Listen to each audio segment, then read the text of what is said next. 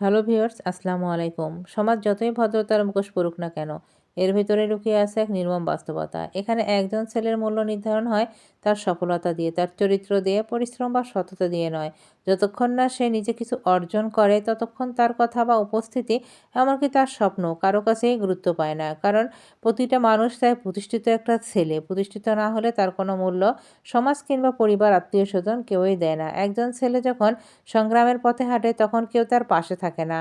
তার অভাব, কষ্ট, পরিশ্রম সবকিছুই সমাজের চোখে অদৃশ্য। কিন্তু সেই ছেলে যখন একদিন সফল হয়, সবাই তাকে চিনে ফেলে। সবাই তার সাফল্যের গল্পে অংশ নিতে চায়। অথচ ওই মানুষগুলোই একসময় তাকে উপেক্ষা করে চলেছে। এই সমাজে একজন ছেলের মূল্য টাকা, পদমর্যাদা ও অবস্থানের মাপকাঠিতে।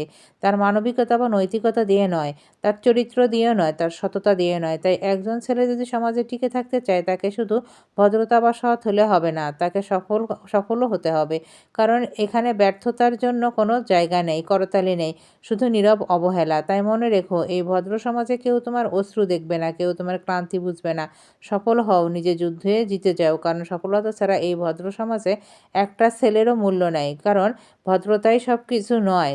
এই সমাজ টাকা, ধন, সম্পদ, প্রতিষ্ঠা ছাড়া কিছুই বোঝে না। এই সমাজে তোমাকে টিকে থাকতে গেলে অবশ্যই তোমাকে প্রতিষ্ঠিত হতে হবে, অর্থ উপার্জন করতে হবে, নিজের নাম কামাইতে হবে। এটাই বাস্তবতা।